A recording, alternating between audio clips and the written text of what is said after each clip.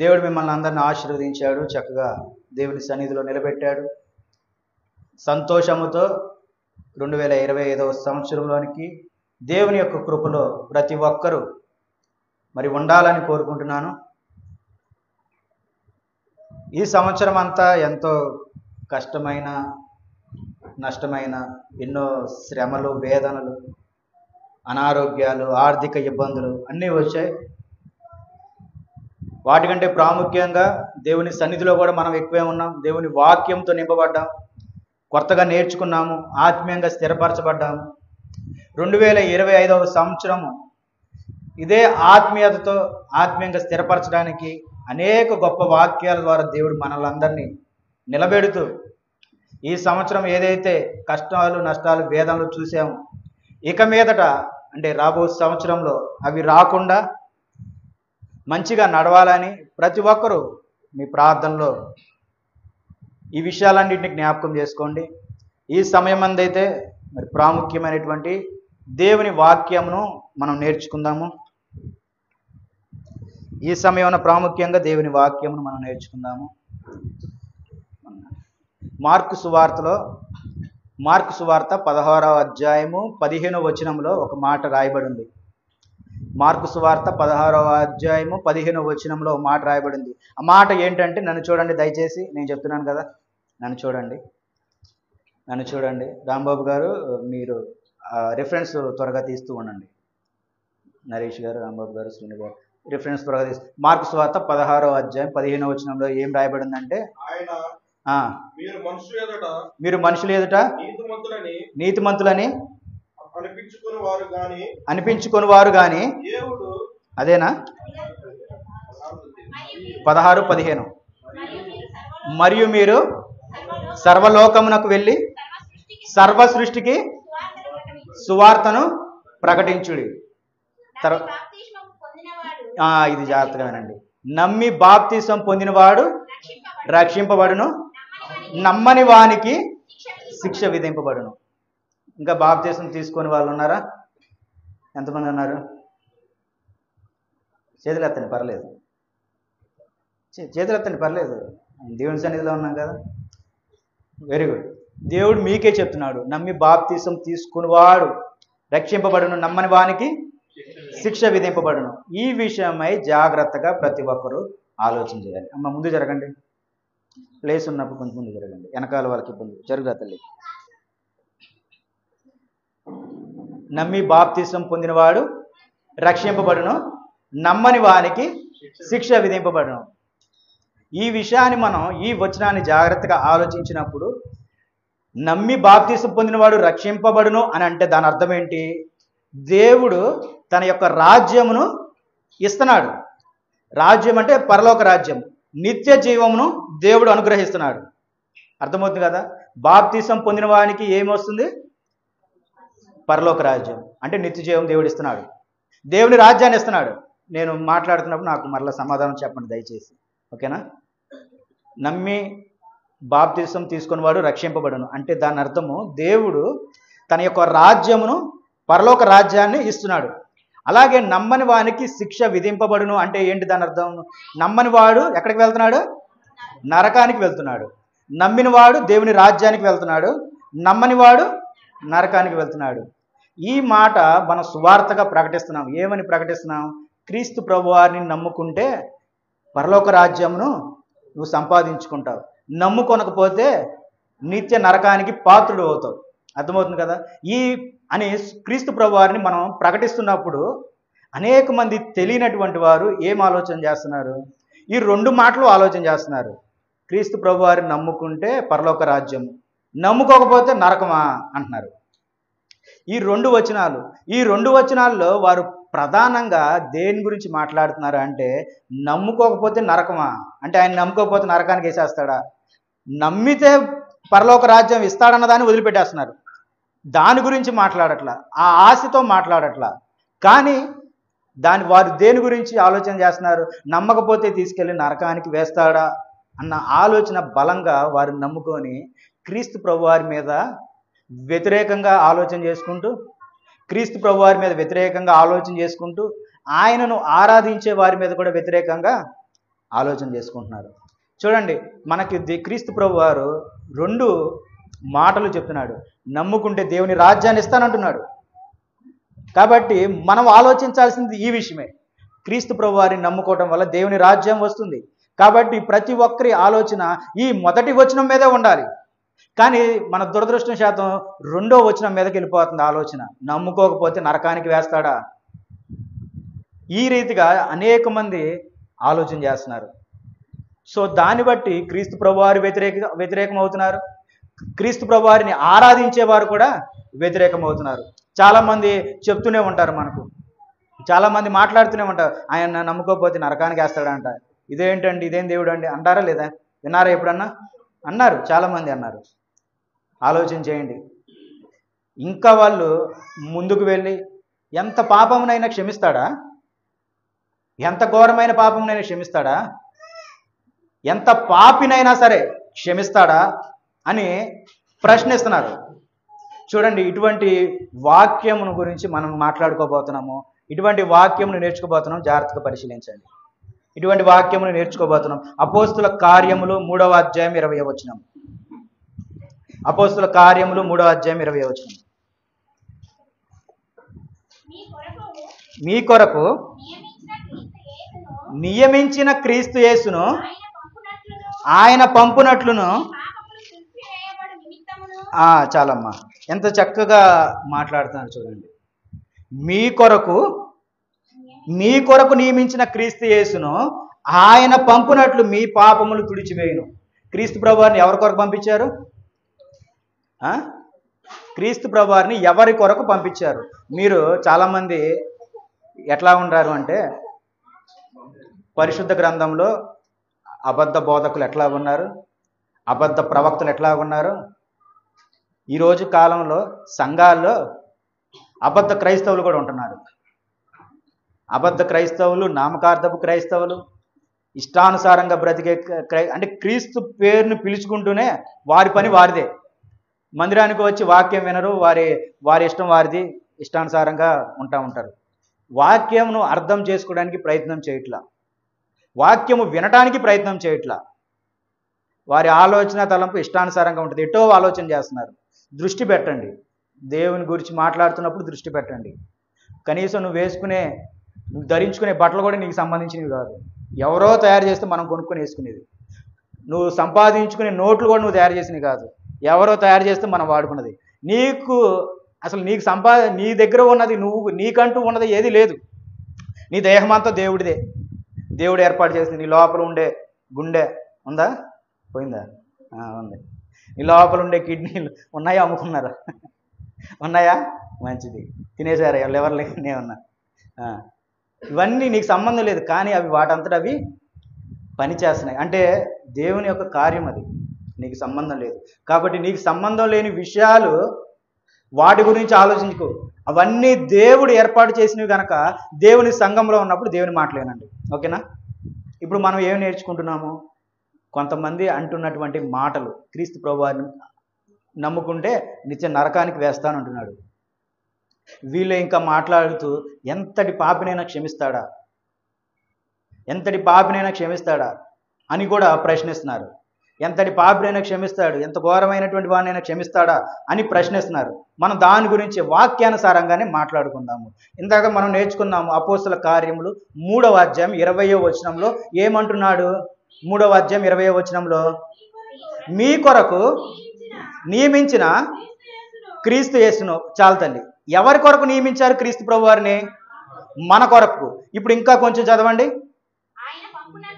ఆయన పంపునట్లును మీ పాపములు తుడిచివేయుటకు మీరు మారు మనసు పొందాలి అంటున్నాడు. అర్థమవుతుంది కదా? మీ పాపములు తుడిచివేయుటకు మీరు మారు మనసు పొందాలి. చూడండి, క్రీస్తు ప్రభువారును ఎందుకు పంపించారు అంటే మన కొరకు, మన పాపముల నిమిత్తం పంపించారు. అర్థమవుతుంది కదా? మన కొరకు, మన పాపముల నిమిత్తం పంపించారు. ఇప్పుడు 1 తిమోతి 1వ అధ్యాయం 15వ వచనము. 1 తిమోతి 1వ అధ్యాయం 15వ వచనము. పాపులను రక్షించుటకు క్రీస్తు యేసు లోకమునకు వచ్చెను. చాలండి. మరలా చెప్తున్నాడు కదా, ఎవరిని రక్షించడానికి ఈ లోకానికి వచ్చాడు? పాపులను రక్షించడానికే వచ్చాడు. కాబట్టి పాపులను రక్షించడానికి వచ్చిన వాని యందు విశ్వాసం ఉంచి బాప్తిసం తీసుకుని వాడు రక్షింపబడతాడు. అప్పుడు అతన్ని నమ్మకపోతే ఏమవుతుంది? శిక్ష విధించబడును. చాలా జాగ్రత్తగా, పాపులను రక్షించడానికి ఈ భూలోకంలో నివసిస్తున్నటువంటి వారు పాపముతో నిండి ఉన్నారు. ఎట్లా వెళ్ళినా పర్లేదు. ఈ భూలోకంలో నివసిస్తున్న వారు పాపముతో నిండి ఉన్నారు. కాబట్టి ఆ పాపము నుండి మనలను విడుదల చేయడానికి ఎవరు వస్తున్నారు? క్రీస్తు ప్రభువారు వస్తూ మన పాపముల నిమిత్తం ఆయన శిలువ మరణం పొందాడు. అర్థమవుతుంది కదా? మన పాపముల నిమిత్తం ఆయన శిలువ మరణం పొందాడు. కాబట్టి ఆయన శిలువ మరణం ద్వారా మనందరం రక్షింపబడ్డాము. ఇంకా మనం జ్ఞాపకం చేసుకుందాము. ఇంకా ఒక ఉదాహరణ ద్వారా జ్ఞాపకం చేసుకున్నాము. ఒక దీవి ఉంది, ఐలాండ్ అంటారు కదా. ఒక దీవి, ఒక ఐలాండ్ ఉంది. ఎవ్వరు రాకపోకలు లేని ఆ దీవిలో వ్యాధితో నిండి ఉన్నారంట. వ్యాధి, భయంకరమైనటువంటి అనారోగ్యము. ఆ అనారోగ్యం, ఆ వ్యాధి ఆ దీవిలో పెరుగుతూ ఉండగా చనిపోతూ ఉంటున్నారు. అనేక మంది చనిపోతూ ఉంటున్నారు. ఆశ్చర్యకరంగా ఆ దీవిలోకి ఒక వైద్యుడు వెళ్ళాడు. ఆశ్చర్యకరంగా ఆ దీవిలోకి ఒక వైద్యుడు వెళ్ళి వారందరినీ పరిశీలించి ఆ వ్యాధికి మందు కనుక్కున్నాడంట. ఆ వ్యాధికి మందు కనుక్కున్నాడు.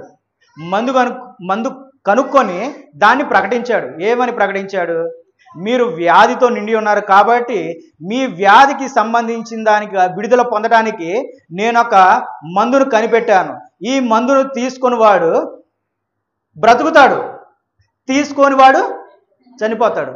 ఆల్రెడీ వారు వ్యాధితో చచ్చిపోతూ ఉంటున్నారు. కాబట్టి వాళ్ళను రక్షించడానికి ఆ వైద్యుడు వెళ్ళి ఒక మందును కనిపెట్టి, ఈ మందును మీరు తీసుకుంటే బ్రతుకుతారు, లేకపోతే చచ్చిపోతారు అంటూ చెప్తూనే ఈ మందును ఎలాగూ వాడాలో కూడా చెప్తున్నాడు.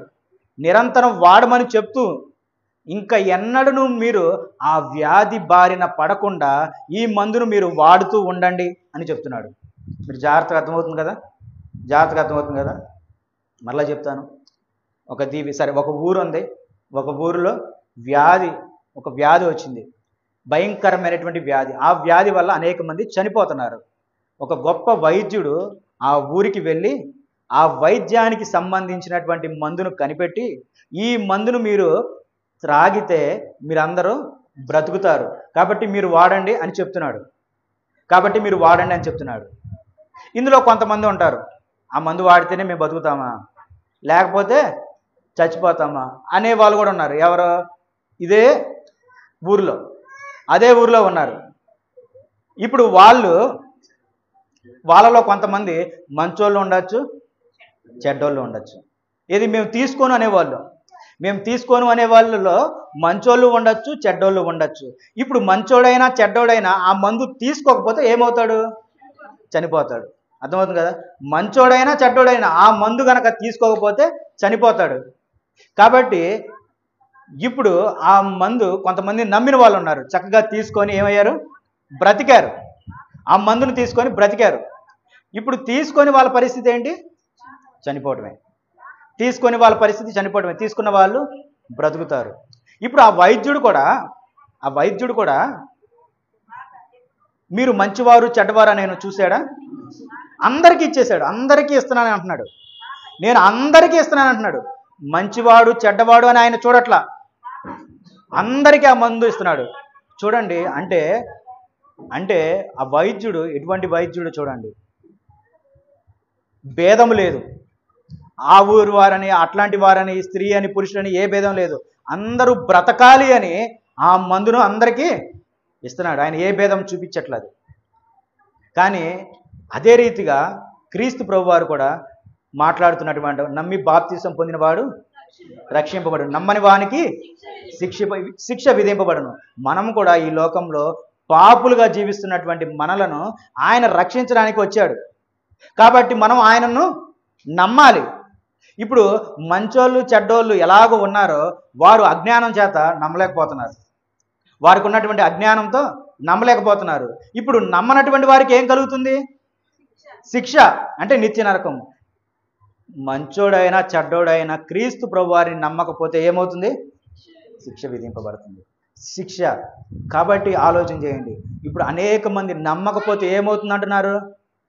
నమ్మకపోతే శిక్ష. ఆయన నమ్మకపోతే శిక్ష అంటున్నారు. అవును, కరెక్టే. ఆయనను నమ్మకపోతే శిక్ష విధింపబడుతుంది. ఈ నమ్మనటువంటి వాళ్ళు ఎంత మంచోడైనా ఎంత చెడ్డోడు ఉండని సరే, ఉండని సరే, క్రీస్తు ప్రభువాని నమ్ముకొనకపోతే ఏమవుతారు? ఎస్. ఎందుకంటే మనం చేసినటువంటి ప్రతి ఒక్కరు, ఎంత మంచోడైనా చెడ్డోడైనా సరే, ప్రతి ఒక్కరూ పాపముతోనే నిండి ఉన్నారు. ఆ పాపముల నిమిత్తం క్రీస్తు ప్రభువారు శిలువ మరణం పొందారు. కాబట్టి ఆయనను మనం జ్ఞాపకం చేసుకోకపోతే, ఆయన యందు విశ్వాసం ఉంచకపోతే, ఆయన యందు నమ్మకం ఉంచకపోతే మనందరము నిత్య నరకానికి వెళ్ళిపోతాం.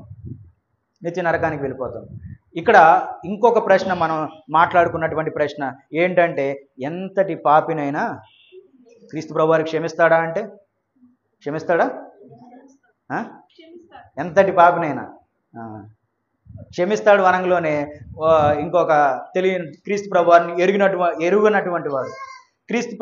ఎరుగనటువంటి వాడు లేచి మరల మిమ్మల్ని ప్రశ్నిస్తాడు, ఎంతటి పాపనైనా క్షమిస్తాడా? మరి కొంతమంది వ్యక్తులు భయంకరమైనటువంటి దారుణాలు చేస్తున్నారు కదా, హత్యలు చేస్తున్నారు కదా, ఆడపిల్లల్ని పాడు చేసి హత్యలు చేస్తున్నారు కదా. మరి వారి పాపంలో కూడా క్షమిస్తాడా దేవుడు అంటే? క్షమిస్తాడా?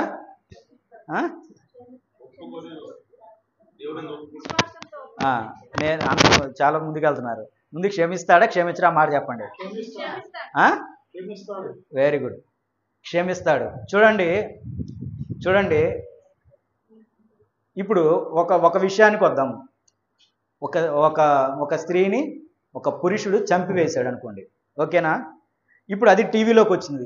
చూసేటటువంటి వాళ్ళం మనము ఆ స్త్రీ మీద జాలి చూపిస్తాము, ఆ పురుషుడి మీద కోపం చూపిస్తాము, ఓకేనా? స్త్రీ మీద జాలి చూపిస్తాం, పురుషుడి మీద కోపం చూపిస్తాము. ఇప్పుడు క్రైస్తవులమైనటువంటి మనము ఏం చెప్పాము? ఇప్పుడు మరి ఆ పురుషుడిని క్షమిస్తాడా లేదా అంటే కొంతమంది ఎస్ క్షమించే అవకాశం ఉంది, మారు మనసు పొందితే క్షమించే అవకాశం ఉందని మనం ఎప్పుడు చెప్తామో అప్పుడే వెంటనే వాళ్ళు ఆ పురుషుడి మీద కోపం ఉన్నారు కదా. అంటే క్రీస్తు ప్రభువారు ఎంత ఘోరం చేసిన పాపిని కూడా క్షమిస్తాడా, ఇంత ఘోరం చేసినటువంటి పాపిని కూడా క్షమిస్తాడా అని అంటూనే క్రీస్తుకి విరోధులు అవుతున్నారు. అర్థమవుతుందా? క్రీస్తు ప్రభువారి మీద కోపం పెంచుకుంటున్నారు. ఆయన ఇష్టంగా చూడట్లా. ఎంత దారుణం చేసిన వాడిని ఆయన క్షమిస్తానంటున్నాడా? ఇంక అర్థమవుతుందా నేను చెప్పేది? ఎంత దారుణం చేసిన వాడిని ఆయన క్షమిస్తా అంటున్నాడా అని మనం చెప్పిన దాన్ని బట్టి క్రీస్తు ప్రభువారి మీద కోపం ఉంటుంది, ఆయన ఆరాధించే మన మీద కూడా కోపం ఉంటుంది. చూడండి, ఇక్కడ వారు క్రీస్తు ప్రభువారి మీద నమ్మకం విశ్వాసం పూర్తిగా ఉంచట్ల లేదు. అసలు ఆయన మీద విశ్వాసం లేదు. మన సువార్త ప్రకటిస్తున్నప్పుడు కూడా వాళ్ళల్లో అనేక ప్రశ్నలు వస్తున్నాయి. చూడండి, పరిశుద్ధ గ్రంథంలో మోషే ఐగుప్తు దేశం నుండి వదిలి వెళ్ళిపోయాడు. ఎందుకు వదిలి వెళ్ళిపోయాడు? హత్య చేశాడు. తెలుసు కదా మీకు. ఐగుప్తు దేశంలో ఒక హత్య చేసి పారిపోయాడు. కానీ మోషే దేవుడు ఎందుకు ఎంచుకున్నాడు? మరి హంతకుండా ఎందుకు ఎంచుకున్నాడు? అది దేవుని చిత్తము. కాదనడానికి నువ్వు నేను ఎవరం? దేవుని చిత్తం అది. ఆ హత్య చేసిన వాడిని దేవుడు ఎంచుకున్నాడు.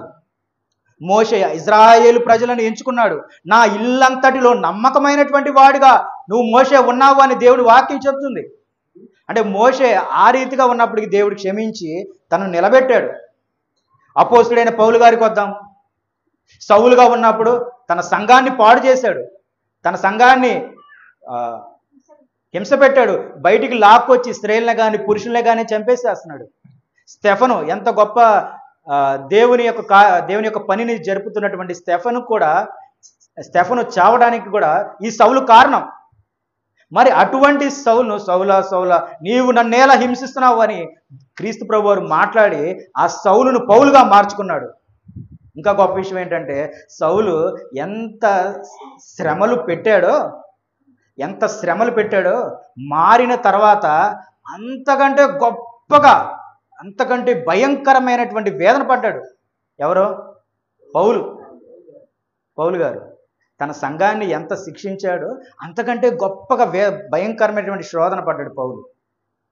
అనేక మంది శిష్యులను హతసాక్షులుగా మారిపోయారు. అంటే తన తలని నరికేశారు. యోహాను గారు, బాప్తిస్మం ఇచ్చి యోహాను గారిని ఎలా చంపారు? తల నరికేశారు. అంటే క్రైస్తవ్యం, క్రీస్తుని నమ్ముకుంటే అంత వైభవమే, అంత మంచిదని కాదు. దేవుని కోసం కష్టపడి చనిపోయినటువంటి వాళ్ళు చాలామంది ఉన్నారు. చూడండి, ఆయన నమ్ముకున్న వారికే అటువంటి రీతిలో ఉన్నప్పుడు నమ్మకపోతే ఎటువంటి శిక్ష వస్తుందో ఒకసారి ఆలోచన చేసుకోండి. ఎటువంటి భయంకరమైనటువంటి శిక్షణ పొందుతామో ఒకసారి ఆలోచన చేసుకోండి. కాబట్టి పరిశుద్ధ గ్రంథంలో దేవుడు క్షమిస్తాడు అనడానికి చాలా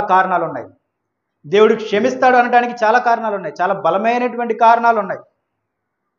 ఇప్పుడు మరలా అదే ప్రశ్నకు వద్దాం. ఎంత ఘోరమైనటువంటి పాపినైనా క్షమిస్తాడా అని, ఎంత ఘోరమైన పాపినైనా క్షమిస్తాడా అన్న ప్రశ్నకే వద్దాం. ఆలోచించేయండి. దేవుడు క్షమిస్తాడు ఎప్పుడైతే నువ్వు మారు మనసు పొందినప్పుడు. ఇందాక ఒక ఉదాహరణ తీసుకున్నాము. ఒక స్త్రీ చనిపోయింది కదా, చంపబడింది కదా. మరి ఆమెను బాప్తిసం తీసుకోవాలి, క్రీస్తు ప్రభు వారిని నమ్మలేదు. ఏమవుతుంది? అంతే కదా. ఇప్పుడు ఒకవేళ ఆ స్త్రీ బాప్తిసం తీసుకుంది, రక్షణ పొందింది, ఏమవుతుంది? పరలోక రాజ్యానికి వెళ్తుంది. ఇప్పుడు అదే పురుషుడు బాప్తిసం తీసుకోలే, రక్షణ పొందల, క్రీస్తు ప్రభు వారిని నమ్ముకోలే, ఏమవుతాడు? నరకానికి వెళ్ళిపోతాడు. ఇప్పుడు ఆ పురుషుడు తర్వాత నమ్ముకున్నాడు, క్రీస్తు ప్రభు వారిని తెలుసుకున్నాడు. ఇప్పుడు హత్య చేసిన వాడిని తీసుకెళ్ళి ఏం చేస్తారు? జైల్లో వేస్తారు. ఆ జైల్లో కొన్ని రోజుల తర్వాత బాధపడుతున్నాడు.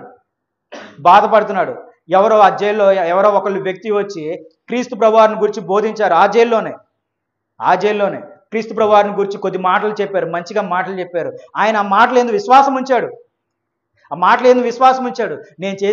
నిజంగా నేను చేసినటువంటి పాపమును బట్టి నేను ఈరోజు చింతిస్తున్నాను. మరి నా పాపమునకు క్షమాపణ ఉందా? నా పాపమునకు విడుదల ఉందా అంటే ఉంది. క్రీస్తు ప్రభువారు మాటికే నీ పాపమును తీసివేయగలడు. కోర్టు నీవు చేసిన పాపాన్ని నీకు శిక్షించింది, అంతటి మాత్రాన నీ పాపం పోదు. కానీ నీ పాపము పోవాలంటే అది క్రీస్తు ప్రభువారి వల్లే సాధ్యము. కాబట్టి ఆయనను నమ్ముకో. ఆయనను నమ్ముకున్నాడు. ఎప్పుడైతే ఆ జైల్లో ఆ సువార్త ఎవరైనా చెప్పినప్పుడు ఆ వ్యక్తి విని మారు మనసు పొంది రక్షణ పొందాడు అంటే ఏమవుతాడు? రక్షింపబడతాడు. ఇప్పుడు అటువంటి వారిని రక్షించిన తర్వాత కూడా అంటే క్రీస్తు ప్రభు వారు ఎంత ఘోర పాపం చేసినా ఆయన క్షమించేస్తాడా అని మాట్లాడుతున్నారు. నీవు ఆయనను నమ్ముకొనకపోతే ఖచ్చితంగా నీకు శిక్ష విధింపబడుతుంది. కాబట్టి ఆలోచన చేయండి. చాలామంది మరలా దీని అర్థం ఏంటంటే నేను మరలా హత్య చేసేసి మరలా బాప్తిసం తీసుకొని రక్షణ పొందుతాను అన్న ఆలోచనలోకి వస్తూ ఉంటారు. చూడండి, నీకు ఏ రోజైతే వాక్యము చెప్పబడిందో ఆ రోజు నుంచే నీ కాలం మొదలవుతుంది. ఏ రోజు నుంచి అయితే ఒక వాక్యము పాపమును గూర్చి వాక్యం నీకు చెప్పబడింది ఆ రోజు నుండి దేవుడు లెక్కిస్తున్నాడు అన్ని. ఏ రోజైతే నువ్వు తప్పిదం చేస్తున్నావు ఆ రోజు నీకు వాక్యం చెప్పబడింది, మరుసటి రోజు నుంచి దానికి విరుద్ధంగా ప్రవర్తించావంటే ఆ రోజు నుంచి దేవుడు నిన్ను లెక్క పెడుతున్నాడు. నీ యొక్క ప్రతి పనిని దేవుడు లెక్క పెడుతున్నాడు. నువ్వు రక్షణ పొంది సంఘంలో కూర్చున్న రోజు నుండి దేవుడు నీ యొక్క పనిని ఆయన లెక్క పెడుతూనే ఉంటున్నాడు. నీ మంచి చెడులు దేవుడు చూస్తూనే ఉన్నాడు, గమనిస్తూనే ఉన్నాడు. కాబట్టి ఎప్పుడైతే నీకు సువార్త, ఎప్పుడైతే నీకు గద్దింపు నీకు చెప్పబడిందో ఆ గద్దింపునకు లోబడి నువ్వు నిలబడాలి. అపరాధములు విడిచిపెట్టాలి, పాపమును విడిచిపెట్టి నువ్వు నిలబడాలి. కాబట్టి ఆలోచన చేయండి. దేవుని యొక్క వాక్యం వినినప్పుడే ప్రతి ఒక్కరూ మీ హృదయంలో భయంతోను భక్తితోనూ నిండి ఉండాలి. భక్తి నిండి ఉండాలి. తర్వాత మత్తయి సువార్త 12వ అధ్యాయం 31వ వచనము. మత్తయి సువార్త 12వ అధ్యాయం 31వ వచనము. కాబట్టి నేను మీతో చెప్పుచున్నదేమనగా మనుషులు చేయు ప్రతి పాపమును దూషణయు వారికి క్షమింపబడును. చాలు తల్లి. మనుషులు చేయు ప్రతి పాపమును, చూడండి, మనుషులు చేయు ప్రతి పాపమును వారికి క్షమింపబడును. ఈ పాపములో కొలమానం లేదు, పెద్దది చిన్నదని లేదు. నువ్వు పెద్ద పాపం చేశావు కాబట్టి దాన్ని నేను క్షమించలేను అంటున్నాడా దేవుడు? క్రీస్తు ప్రభువారు అమ్మో అంత పెద్ద పాపం క్షమించే శక్తి నా దగ్గర లేదు అంటున్నాడా? ఏదో చిన్న చిన్న పాపములు మీరు చేస్తారు కదా, అటువంటి పాపములే క్షమించే రైట్ నాకే ఉంది, వాటి వరకే క్షమిస్తాను, పెద్ద పాపములు చేసినోడు ఇంకా చనిపోవటమే అంటున్నాడా దేవుడు? అంటున్నాడా? లేదు. బిన్ లాడెన్ అనేక మందిని చంపాడు. ఓకేనా? ఒకవేళ అతను క్రీస్తు ప్రభువారిని గుర్తించి నిజమైనటువంటి మారు మనసు కలిగి ఆయన కోసం బ్రతికితే దేవుడు అతన్ని కూడా క్షమిస్తాడు, అతన్ని కూడా క్షమిస్తాడు. కానీ ఆయన మారు మనసు పొందలేదు, మారు మనసు పొందలేదు. బిన్ లాడెన్ తెలుసుగా మీకు? ఏ ఊరు చెప్పండి అయింది? ఏ ఊరు అయింది? భారతదేశమేనా లేక వేరే దేశమా? భారతదేశమేనా ఇంకేమైనా దేశం? మనకు తెలుసు అసలు బిన్ లాడెన్ తెలుసు అసలు ఆయన పెద్ద ఉగ్రవాది అనేక మందిని చంపివేశాడు. బాంబులు పెడతారు, బస్ స్టాండుల్లో, రైల్వే స్టేషన్లో బాంబులు పెట్టి లేపేస్తాడు. ఒసామా బిన్ లాడెన్ అంటారు. తెలుసా? తెలీదా మీకు అసలు ఎవరికి? మంచిది, తెలిసిన వాళ్ళకి సంతోషం. పాకిస్తాను, ఇరాక్, సిరియా, ఆయన ఒక దేశం అని కాదు, ఆ కంట్రీస్ అన్నిట్లోనూ ఆయన ఉంటాడు. దాదాపు 110 అంతస్తులు, విన్నారా ఎప్పుడన్నా? 110 అంతస్తులు, 2 అంతస్తులు, 3 అంతస్తులు, 5 అంతస్తులు కాదు, 110 అంతస్తులు. 110 అంతస్తులు ఉన్న బిల్డింగ్, 2 బిల్డింగ్లు ఎక్కడున్నాయి? అమెరికాలో ఉన్నాయి. ట్విన్ టవర్స్ అంటారు. 110 అంతస్తులు, చాలా ఎత్తు. ఆకాశానికి అంటుంది, మనం మెడెత్తి చూడాల్సి వస్తుంది. ఆకాశాన్ని అంటుతాయి. అమెరికా పోతే అన్నీ అయ్యే బిల్డింగ్లే అండి. ఆకాశాన్ని అంటుతాయి. అంత ట్విన్ టవర్స్ అంటారు. 2 బిల్డింగ్లు, 110 అంతస్తులు ఉంటాయి. ఏం చేశాడు ఈ ఒసామా బిన్ లాడెన్ అనే వ్యక్తి? 2 ఏరోప్లేన్స్ని హైజాక్ చేశాడు. హైజాక్ అంటే తెలుసు కదా, ఆక్రమించుకున్నాడు. ఆ 2 ఏరోప్లేన్లు ఆక్రమించుకున్నాడు. ఏది గాల్లో ఉండంగానే ఆక్రమించేసుకున్నాడు. అంటే ఒసామా బిన్ లాడెన్ వారి మనుషుల్ని ఆ 2 ఏరోప్లేన్లో, ఒక ఏరోప్లేన్లో 5గురిని, ఇంకో ఏరోప్లేన్లో 5గురిని ఈ గన్నులతో సహా పంపించేశాడు అన్నమాట. గన్నులతో సహా పంపించేశాడు. ఆక్రమించుకున్నారు. ఎట్లా వెళ్ళారంటే ఇంక చాలా పెద్ద పొడుగవుతుంది మీకు చెప్పడానికి. 2 ఏరోప్లేన్లు ఆక్రమించుకున్నారు. 2 టవర్లు, 2 ఏరోప్లేన్లు. ఫస్ట్ ఒక టవర్ మీదకి వచ్చి ఏరోప్లేన్తో గుద్దేశాడు, మళ్ళీ కూల్చేశాడు. ఇంకొక 2 టవర్ని ఇంకో ఏరోప్లేన్ వచ్చి కూల్చేసింది. అనేక మంది చనిపోయారు. ఈ ఒసామా బిన్ లాడెన్ అనేక మందిని చంపేశాడు. తర్వాత ఎక్కడో పాకిస్తాన్లో ఒక రోజు ఉన్నప్పుడు, ఒక రాత్రిపూట అమెరికా వాళ్ళు ఎట్లా కనుక్కున్నారు, బాగా కచ్చి మీద ఉన్నారన్నమాట అమెరికా వాళ్ళు. అప్పుడు ఒబామా ప్రెసిడెంట్, తెలుసా మీకు? ఒబామా ప్రెసిడెంట్ ఉన్న కాలంలో ఎక్కడైతే పాకిస్తాన్లో దాక్కున్నాడో అతన్ని బయటికి తీసుకొచ్చి చంపివేసి మరలా ఎలాగో బతుకుతాడో అనుకొని, లేకపోతే ఇంకెక్కడన్నా మళ్ళీ వాళ్ళ బంధువులకి కానీ వాళ్ళకి ఎవరికన్నా శవాన్ని అప్పగిస్తే గుడి కడతాడేమో అని ఏం చేశారంటే కాళ్ళు చేతులు మొత్తం కట్టేసి రాళ్ళు కూడా కట్టేసి సముద్రం ఎక్కడ విడిచారో కూడా తెలియదు, సముద్ర భూగర్భంలోనికి వదిలేశారు. పడుకోవడానికి శక్యం లేని విధంగా కాళ్ళు చేతులు మొత్తం కట్టేసి రాళ్ళు కట్టేసి ఆ సముద్ర భూగర్భంలోనికి వదిలేశారు. అసలు వదిలిపెట్టే వాళ్ళు కూడా తెలియదంట ఎక్కడ వదిలిపెడుతున్నాం, అంతటి రీతిలో అతన్ని ఇచ్చేశారు. చూడండి, క్రీస్తు ప్రభువారిని మనం నమ్ముకోవాలి, అదే మనకు విధి. నీ కుటుంబం రక్షింపబడుతుందా? నీ కుటుంబం రక్షింపబడిందా? కుటుంబంలో ఎంతమంది రక్షింపబడ్డారు, ఎంతమంది రక్షింపబడలేదు, ఈ విషయమై ఆలోచన చేయండి. ఎందుకంటే కాలాలు చాలా త్వరగా పరుగులెడుతున్నాయి. 2024వ సంవత్సరం చాలా త్వరగా గడిచిపోయింది. మీరు అనుకుంటున్నారా లేటుగా గడిచిందని? ఏమన్నా చాలా త్వరగా గడిచింది. సమయం తెలియట్లేదు, మనకి సమయం తెలియట్లా. పోనీ 2025 ఏమన్నా మెల్లగా నడిచిద్దా అనుకుంటారా? మారదు. నూతన సంవత్సరం ఒక్కరోజు నూతనంగా ఉంటుంది, తర్వాత నుంచి మామూలు అయిపోద్ది. కానీ మీరు క్రైస్తవులుగా ఎప్పటికప్పుడు నూతనంగా మీరు ఉండాల్సిందే, నూతనంగా జన్మించాల్సిందే, నూతనంగా నేర్చుకోవాల్సిందే, నూతనంగా దేవునికి కృతజ్ఞత తెలియజేయాల్సిందే. నీ నూతన స్వభావం నీకు ఎల్లప్పుడూ ఉండాలి. అర్థమవుతుంది కదా? నూతన స్వభావం నీకు ఎల్లప్పుడూ ఉండాలి. ఇటు విషయాన్ని జాగ్రత్తగా ఆలోచన చేయండి. ఇది విషయాన్ని చాలా జాగ్రత్తగా ఆలోచించండి.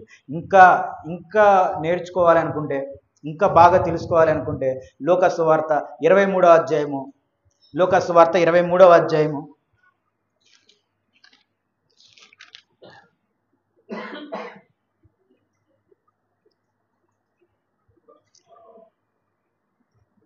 లూకా సువార్త 23వ అధ్యాయము 39వ వచనం.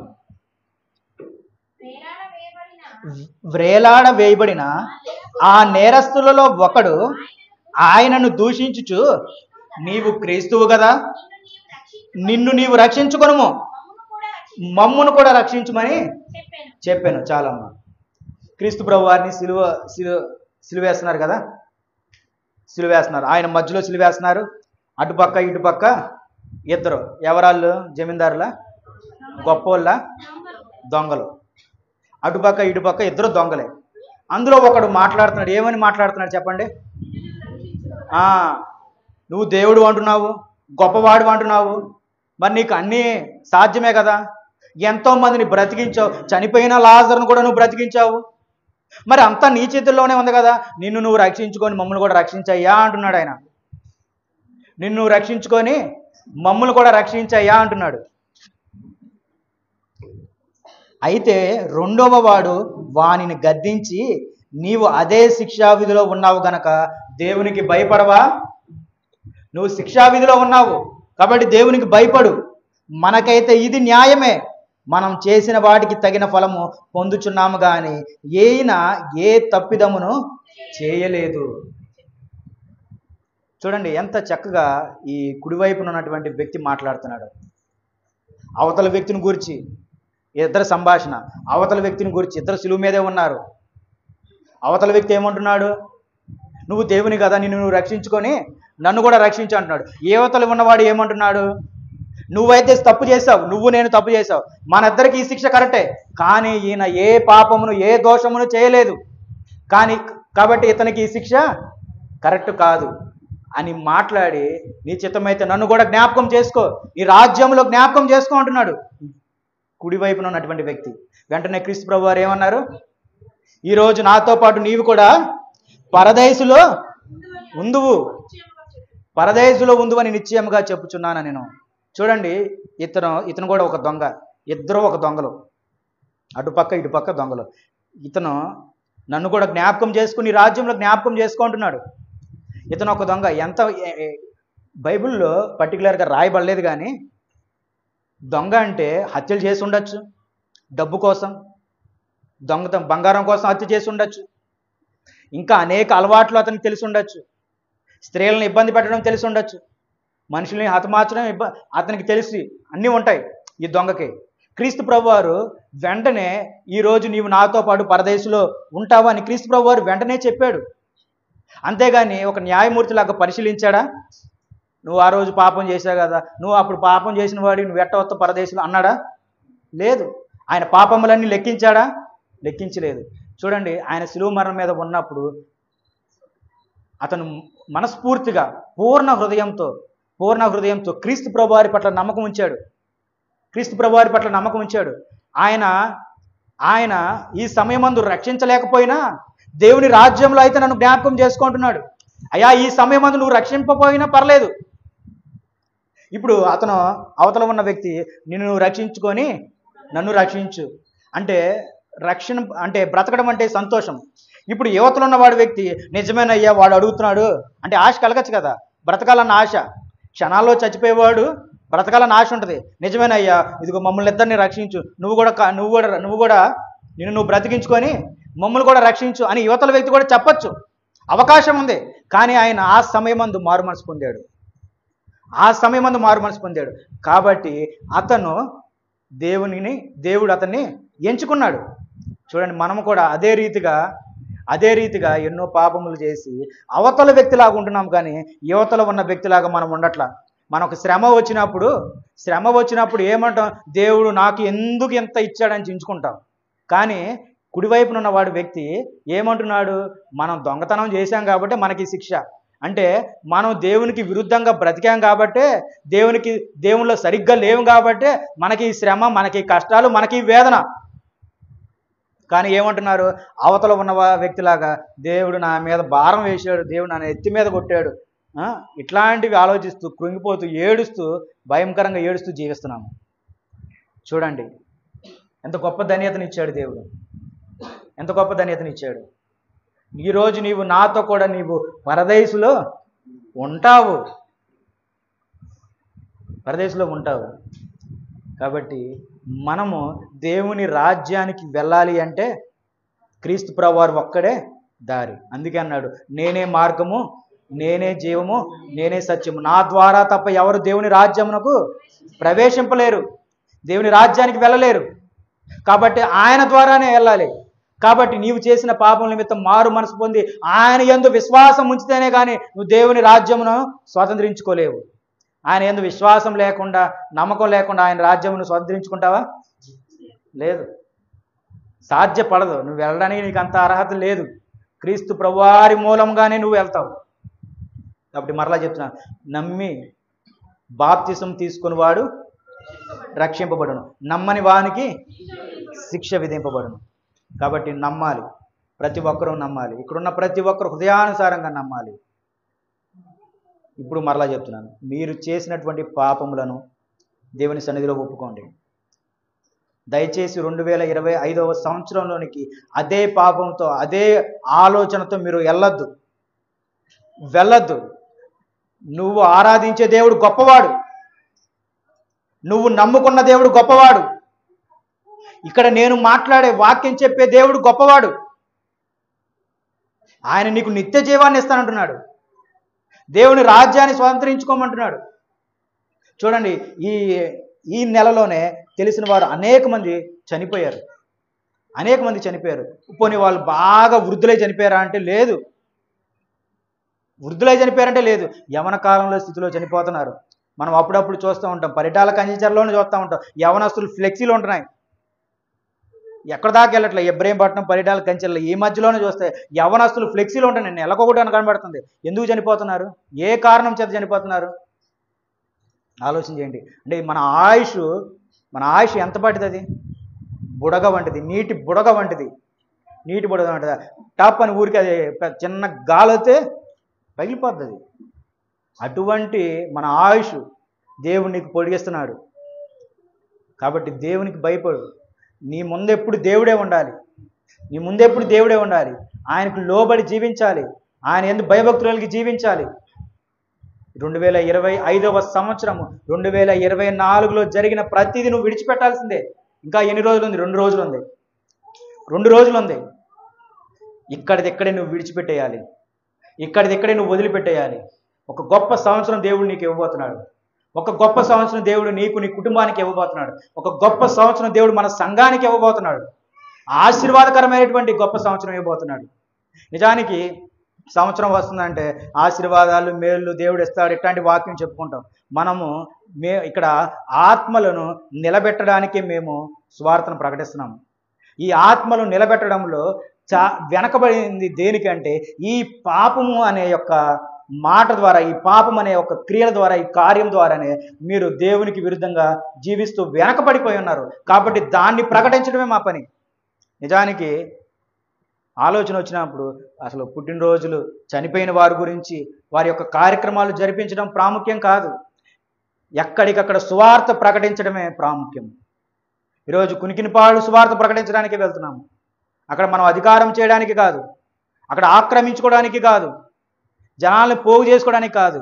అక్కడ మారుతున్నటువంటి 2 3 దేవుని దృష్టికి సరిగ్గా నడిపిస్తున్నామో లేదో కావాలి మనకి. దేవుని చిత్తమైతే మరి ఇంకొక ఊరు, ఇంకొక తెలియనటువంటి వారికి వెళ్ళమంటే మనం వెళ్ళటమే. మీరందరూ కూడా దేవుని పనిలో ఉండాలి. నేర్చుకుంటున్న వాళ్ళు ఇప్పుడిప్పుడే క్రైస్తవ్యాన్ని నేర్చుకుంటూ మరి ప్రార్థనలోకి, దేవుని సన్నిధిలోనికి వస్తున్నారు. వారు బలపరచబడి స్థిరంగా అనేక సంవత్సరాల నుంచి మరి నిలబడినటువంటి వారు దేవుని యొక్క గొప్ప పనిని మీరు జరిపించాలి, గొప్ప కార్యమును మీరు జరిపించాలి. దేవుడు మీ కొరకు ఇంకా అదే రీతిగా ఎదురు చూస్తున్నారు. నా పనిని జరిపించేవారు ఎవరు? సర్వలోకానికి వెళ్ళి సర్వ సృష్టికి స్వార్థ ప్రకటించుడు. మనం ఆ పని చేయాలి. ఆ భారం మన మీద మోపి ఉన్నారు దేవుడు. మన పని చేసుకోవటం, మన కుటుంబాన్ని పోషించుకోవటం, ఉద్యోగాల గురించి, వ్యాపారాల గురించి, ఇటు విషయాన్ని గురించి కాదు. దేవుని యొక్క సువార్తను ప్రకటించడంలో మనం ఎడతెగక ఉండాలి. ఎందుకంటే ఈరోజు అనేక మంది క్రీస్తుని గురించి ప్రశ్నిస్తున్నారు. మనం వారికి వివరించాలి, వాటిని వివరించాలి, వాక్యాన్ని వివరించాలి, వారి తప్పిదాలు సరిచేయాలి, వారికి బుద్ధి చెప్పాలి. ఈ 2025వ సంవత్సరము మనందరికీ గొప్ప సంవత్సరంగా ఉండాలి. ఇంకా ఉన్న వాక్యం లూకా సువార్త 13వ అధ్యాయం. లూకా సువార్త 13వ అధ్యాయం చివరిగా ముగించుకున్న లూకా సువార్త 13వ అధ్యాయం.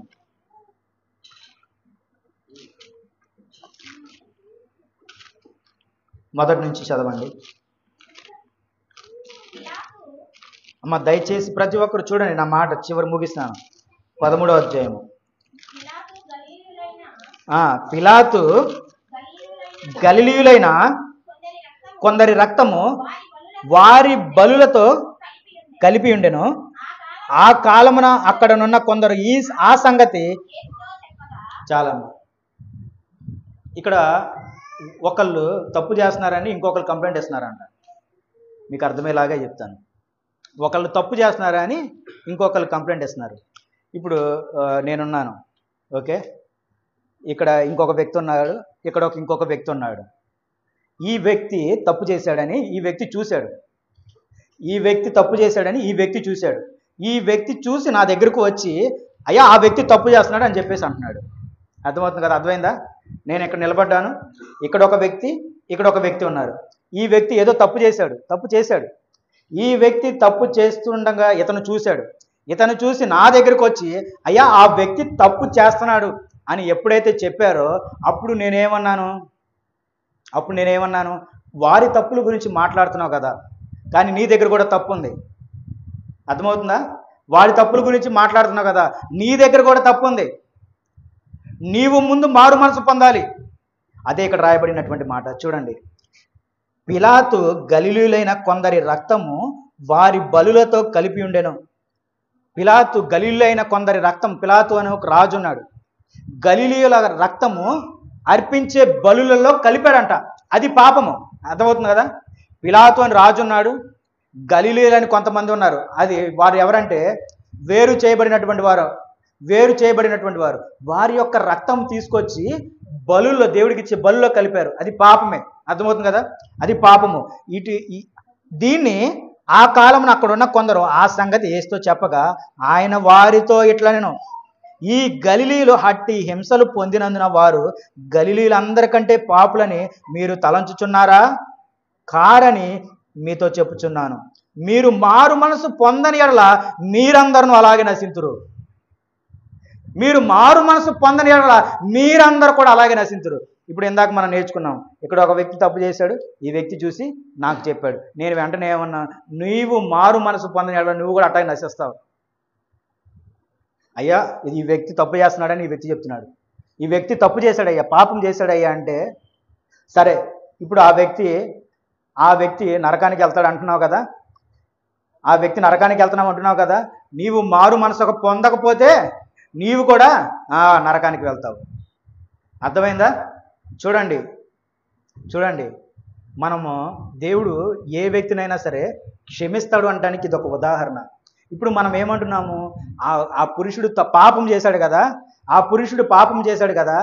పురుషుడు దేవుని రాజ్యాన్ని స్వతంత్రించుకోడు, ఎందుకంటే ఘోర పాపం చేశాము అని ఇక్కడ కూర్చొని మనం అంటున్నాము.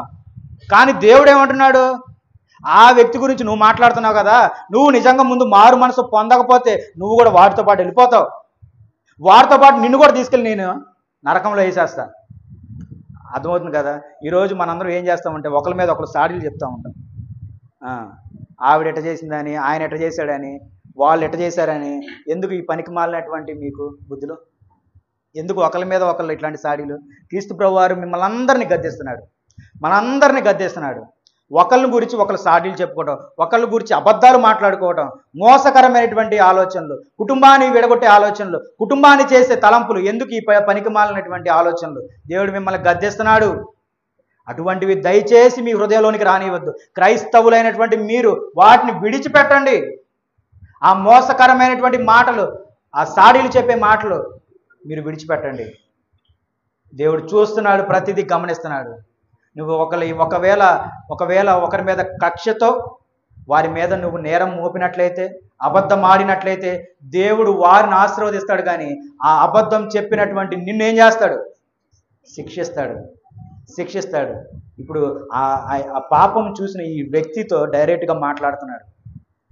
వ్యక్తితో డైరెక్ట్, నువ్వు మారు మనసు పొందకపోతే నువ్వు నిజంగా శిక్షింపబడతావు, నరకానికి పాత్రుడవుతావు. దీని కింద గొప్ప మాట చూడండి. 13వ అధ్యాయము 6 నుండి నేను చదువుతాను, ముగించుకుందాం. 6వ వచనం నుండి నేను చదువుతాను, ముగించుకుందాం. మరియు ఆయన వారితో ఈ ఉపమానము చెప్పెను. ఒక మనిషిని ద్రాక్ష తోటలో అంజూరపు చెట్టు ఒకటి నాటబడి ఉండెను. అతడు దాని పండ్లు వెదకి వచ్చినప్పుడు ఏమీ దొరకలేదు గనుక అతడు, ఇదిగో 3 ఏండ్ల నుండి నేను ఈ అంజూరపు చెట్టును పండ్లను వెదకుచున్నాను, కానీ ఏమీ దొరకలేదు. దీనిని నరికివేయము, దీని వలన ఈ భూమియు ఏల వ్యర్థమైపోవాలనని ద్రాక్ష తోటమాలితో చెప్పాను.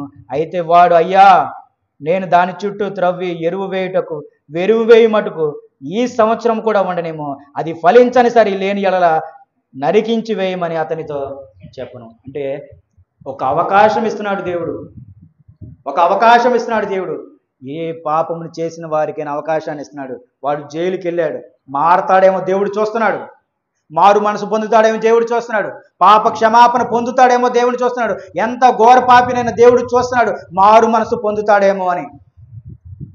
అవకాశాన్ని ఇస్తానంటున్నాడు. ఇంకొక సంవత్సరం అవకాశం ఇవయ్యా, ఇంకొక సంవత్సరం. ఎందుకు ఇలాంటి వాడు, ఎంతటి పనికి మాలిన వాడు ఎందుకు ఈ భూమి మీద అంటున్నాడు?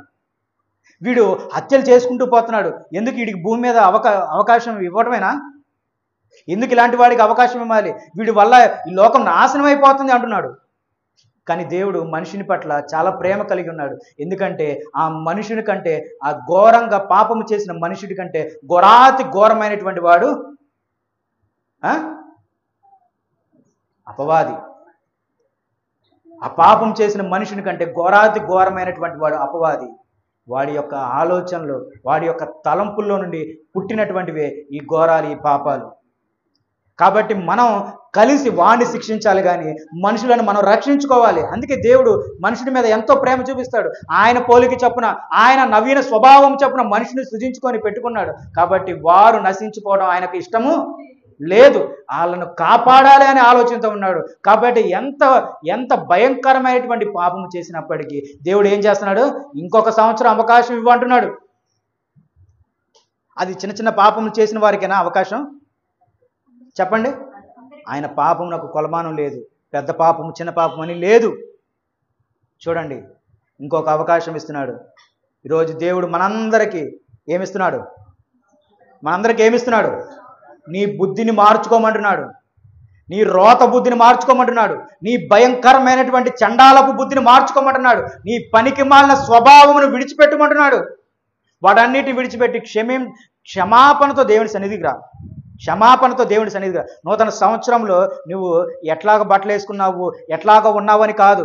నీ జ్ఞానం చూడండి, ఆత్మానుసారంగా స్థిరపడి దేవుని సన్నిధికి ఒక క్షమాపణతో, ఒక మారు మనసుతో ఈ సంవత్సరం నేను ఏం చెయ్యాలి, దేవుని సన్నిధిలో ఎలాగ ఉండాలి అన్న ఆలోచనతోనే మీరు సంఘానికి రావాలి.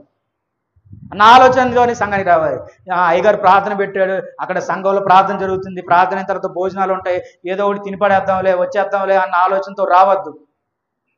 ప్రతి ఒక్కరూ జాగ్రత్తగా ఉండాలి. ప్రతి ఒక్కరు మీరు గద్దింపుతోనే దేవుడు మాట్లాడతాడు మిమ్మల్ని.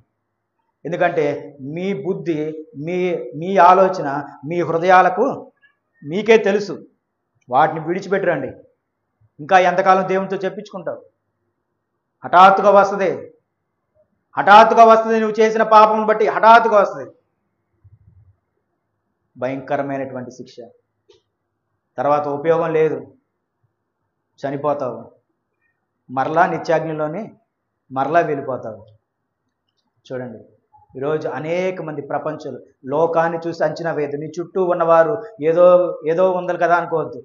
ప్రపంచాన్ని చూడండి, లోకమంతటా అనేక మంది క్రీస్తు ప్రభువారిని నమ్ముకొని దేవుడి నామమును గణపరుస్తున్నారు.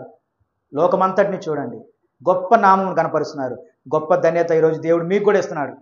ఆయన మీద నమ్మకం ఉంచండి, విశ్వాసం ఉంచండి. నమ్మిన వారు రక్షింపబడిన, నమ్మని వానికి శిక్ష విధింపబడను. చూసి నమ్మిన వానికంటే చూడక నమ్మినవాడు, చూచి నమ్మిన వానికంటే చూడక నమ్మినవాడు ధన్యుడు. సంఘములతో ఆత్మ చెప్పుచున్న మాట చెవి గలవాడు. ఆమేన్. దేవుడికి స్తోత్రం.